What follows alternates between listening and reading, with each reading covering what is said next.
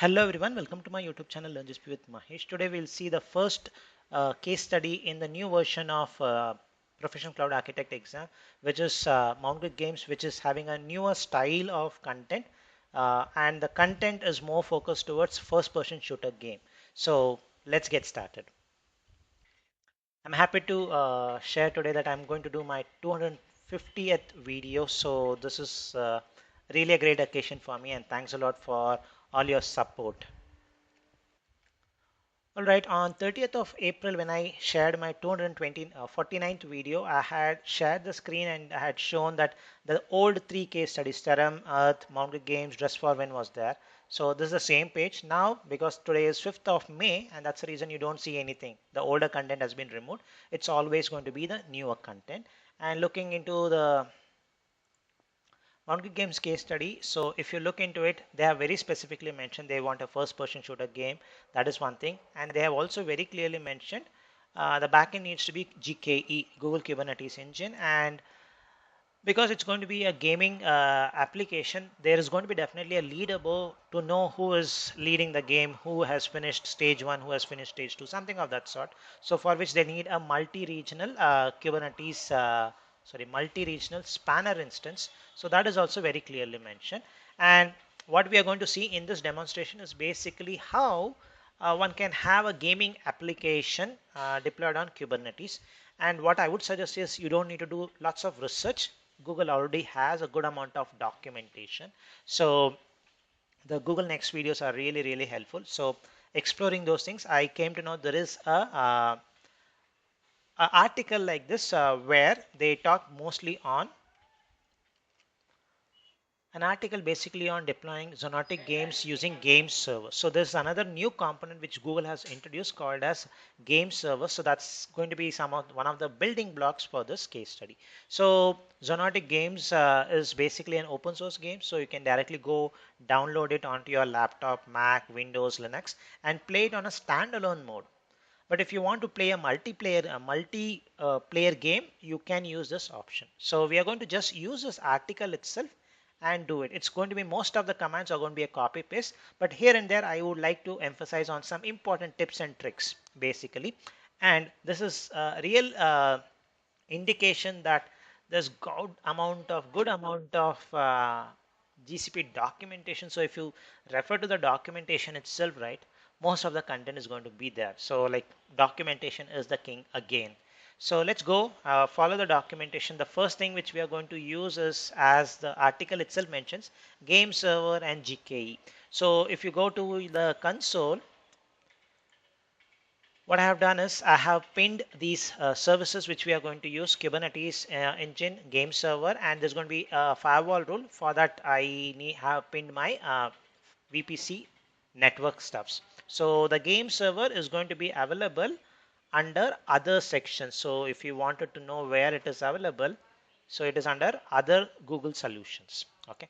So what I'm going to do is I'm going to launch my Cloud Shell and follow the steps what is mentioned. So the first step is basically you need to have a billing account. So I have that. Second one is enable Google Game Server API. So I'll make sure I do something like this so that I can switch easily. So go to Game Server. So if you click on Game Server, if the API is not enabled, usually it's going to redirect to API and services screen. So that's what it has done. Let me click on Enable API.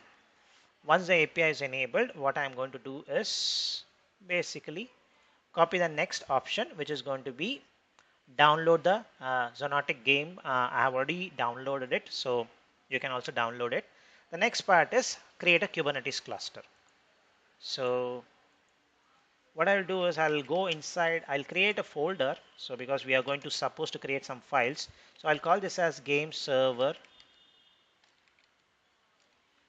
I'll change directory to here.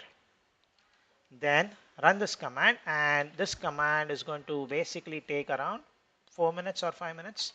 So let me just run this. Pause the video for till that it comes. Once it comes up, I'll make sure I'll play it back. The cluster is created. Now let's go to the next step. This step is to get the credentials. Because we have already ran it in the command line, this step is not required. Let's create a namespace. And if you want to know the cluster has been created and the number of nodes, you can just run kubectl basically. Get nodes. It should show 2 node Kubernetes cluster. That's what we provisioned. So let's just wait for the output. Now let's get the name servers already, which is there. It's going to be the default stuffs. Now let's create our, let's create this one. Create a namespace called as Agones system. Done. The namespace is created. Now the next thing which we are going to do is basically do the deployment. So there are lots of components which are going to be deployed. And before we look into the stuffs which gets deployed, just wanted to share you here we are going to use some specific custom resource definition when we are going to do with Agones.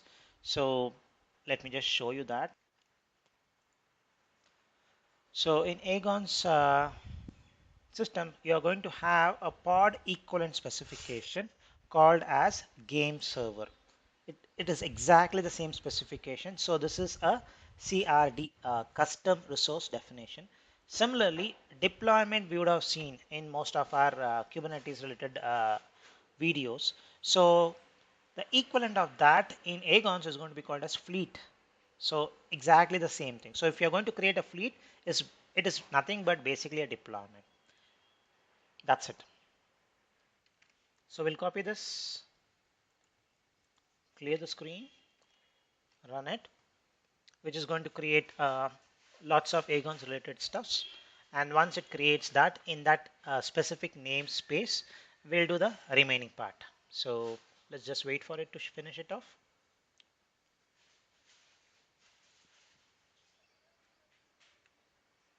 Good amount of services. Once it gets created, we should be able to, yeah, it's created. Now if I just look for the pods, you should see all the pods are running. Good. Clear the screen. And moving on to the next part, we are going to create ROMs for the basically for the game server. So this game server and the specification which I told, don't get confused with that. The names are same. So let me copy this. This is basically to create based on a specific region. So if most of the players are going to be playing from US Central, you create one game server instance. Similarly, if it's going to be from Europe, you create one more game server there, basically. And towards the end, I'll also talk about the game server pricing, so that you have an idea about it. The next part is to register our Kubernetes cluster with this specific name server. So let's run this command. So this is to register it. Let's just wait for it to be finished and these things all be little quick. Then you create the deployment.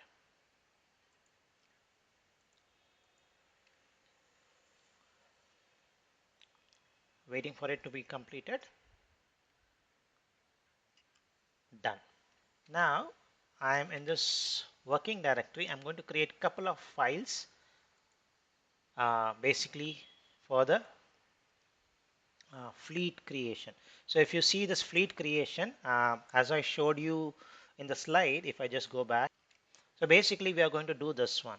So that is what it's shown in this thing. So here I can just copy paste. So they are trying to create a file. So let me just create a file. It's an empty file and you should be able to see that file. Now let me do edit. So it's going to open it in the editor. So I'm going to copy paste it. Now I just wanted to do a small change here. So this is the image which is going to be used. So if you remember here, they in the beginning mentioned you need to download a client. So the client is going to have all the necessary stuffs, the server, client, everything is going to be there. It's like one single package. So the latest version is 8.0. Now if you look here, it shows 0.7. So just wanted to see whether there's any newer version of the container image available. Just copy it, paste it here. You should be redirected to a global GCR page where it shows 0.8 is the latest version. So it was created on 26th of February. So let's do that change so that this thing is going to be little better than the documentation. Good. So go back to the terminal. There's one more file which I need to do for the scaling purpose. Just copy this command. Done. Open it in the editor and add this content. So edit, scaling, saved. Go back to the terminal. Now let me run this.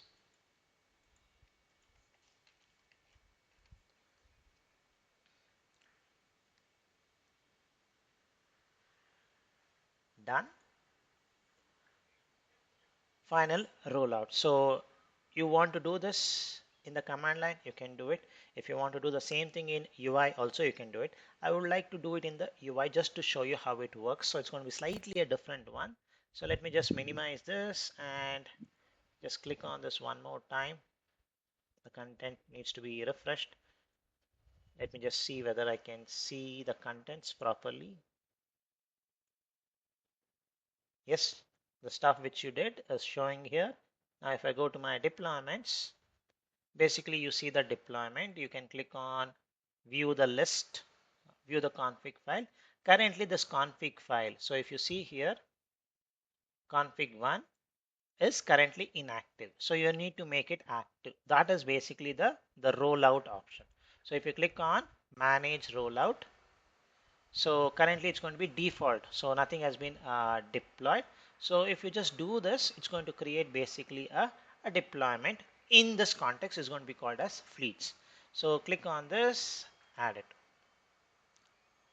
Just wanted to show a mix of command line and user interface so that you get a good flavor of it. That's good. Now I have done the step in the UI, was a slightly change. Now you can list, like if your deployment is done, you usually do kubectl get deployment, right? Similarly, you can do kubectl get fleet because it is a custom resource definition. So if I just go to my Kubernetes workload, so if I remove, put this, change the namespace to default,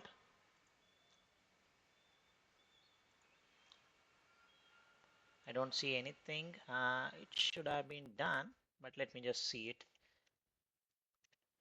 Get fleet. It shows nothing, so meaning the one which we have done is did not work. Let me just see whether it is, it should have been done. I guess it took little time to show up. It's now showing up, it's creating it. So here also if I run get fleet, it's currently getting ready. So if I just refresh it, so it just took time for it to reflect it on the thing. Okay, so we are all good. So even though you see it is as type pod, basically this is a fleet. So if you can look into the details, you will come to know. Look into the YAML, it is of, it's of object fleet. So if I just click on the YAML, uh, basically the specification, it looks like as if like it's a fleet. So going back, so we see this output. Now it's time to have some firewall rules created, and usually you need to connect to a client. The client needs to connect to a specific server, and uh, the server is going to be one of our nodes, which is part of your Kubernetes cluster, and you're going to use a UDP port. It's going to be it's a dynamic port between 7,000 to 8,000. So we'll create a firewall rule which is going to be a range. I'll just copy this, run this, and the firewall rule gets created, and we will do a small tweak in this firewall rule, a little bit of security stuff. So not a great thing, but a small security stuff. So by doing this kind of small tweaking, so one way is just follow what is the documentation, but you also try to do something extra. That way your exposure becomes more. That's the only reason why I'm doing this little more extra. So if I go to my firewall rule, this is the firewall rule which we created, uh, which basically opens up basically a UDP port from 7,000 to 8,000, which is a range, which is really good. And the source, anybody in the world can connect to it if they know the IP address. So I don't want to do this. I wanted to add a little bit of a customization. So I'm going to use my IP address. So if I just see what's my IP address, so it's going to give me, this is my IP address. You can use any tool to get your IP address. So I'm using IP5. What I will do is I'll click on edit and change this, add it here. So only my machine, my laptop should be able to connect. That's what I'm trying to do. Once I do it, I'll open up my client and try to connect it. So the firewall rule is getting created. That's good. So now what I will do is, we are all good. Now get the game server details. So if I run this in my command line, clear the screen, run, you'll get the game server details. So this is the IP address and this is the port which you need to key in the Xonotic client, and you should be able to connect it. Now what is this IP address if you have a question, which is nothing but basically the virtual machine, the node which you create, con kubectl instances list.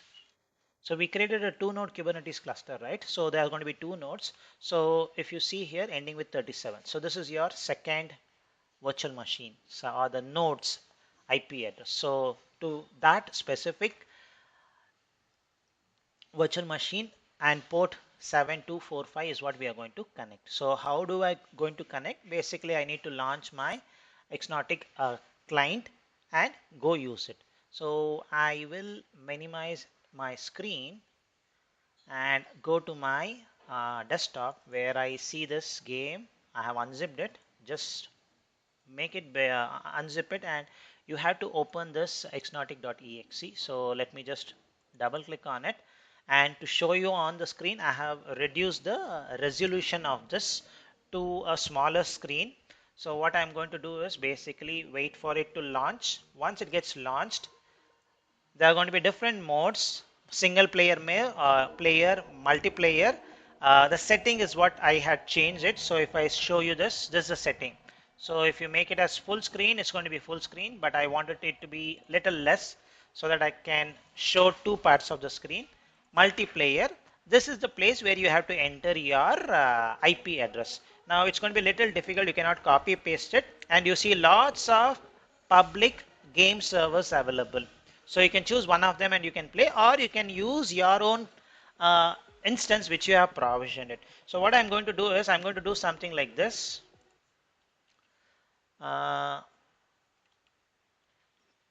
Play, go here. So play something like this so that I can show you stuffs very easily. And it's going to be easy for me to key in the IP address also. And we'll also see some logs. So 35.188, sorry, 35.188 dot 33.37 colon 7245. Hope I have entered it correctly. So 35.188 dot this thing. Okay, that's all good. Now what I'm going to do is to show you that it really works the way it works. I'm going to connect to it. Before I connect to it, I just wanted to show my profile. My profile name is Learn GCP with Mahesh. So that's the thing. Go back to server. Now I will just minimize this, and what I'll do is go to my Kubernetes workloads and wanted to show you the logging which is going to happen. So I'll click on this fleet deployment Xonotic config, and I will see logs. So I'll see lots of log stuffs. So port opened, all those things. Let me open this in a newer screen so that as I play, you will see Learn GSP with Mahesh. That's the user who logged in, all those kind of information you are going to see. And I'm also going to do it in a streaming mode so that you can see live as I'm playing, the content should get updated. Okay, so this is what I'm trying to do. So only from my laptop, it's going to connect. So let me click on join. So you should see some content on my right hand side updated, something like Learn GSP with Mahesh, join the game, something of that sort. So let's just wait for it. The game is getting loaded. You should see stuffs. Now you see Mahesh, Learn GSP with Mahesh is connected. So let me get some guns. I'm not a great player, so I'm trying to play it. So, and as you see,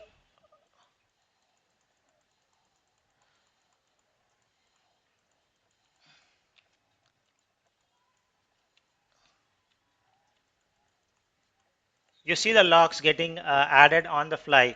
So drew from first blade something. So if I get some few things, awesome. That's it. I was not able to clear it, so that's good. So that's something which I wanted to show you. So if I just close this,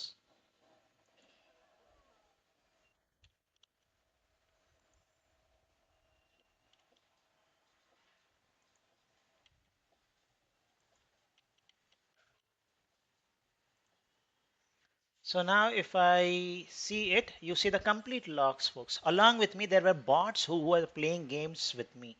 So was able to do that. So a nice game, and everything was powered by Kubernetes, game server, all those things. And hope you got a good exposure. And I guess some of the components which is going to be asked, we have tried to cover it by doing a live demonstration. So we'll just do a quick this thing on game server GCP pricing so that you will have an idea so that, and it's really interesting pricing which you get actually. So if you look into the GCP pricing, so what they indicate is one game server is free is what they say. So if I see the pricing very clearly,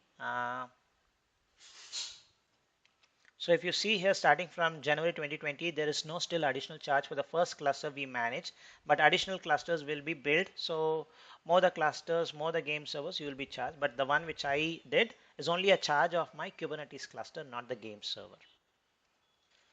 So that's a video which I wanted to share today, folks, which is more towards a first-person shooter game, a new version of Mountkirk games. So hope the video is helpful. So do expect more videos on something on the new case studies. So as and when it is possible, I'm going to try to post a new content or new contents on the new case studies.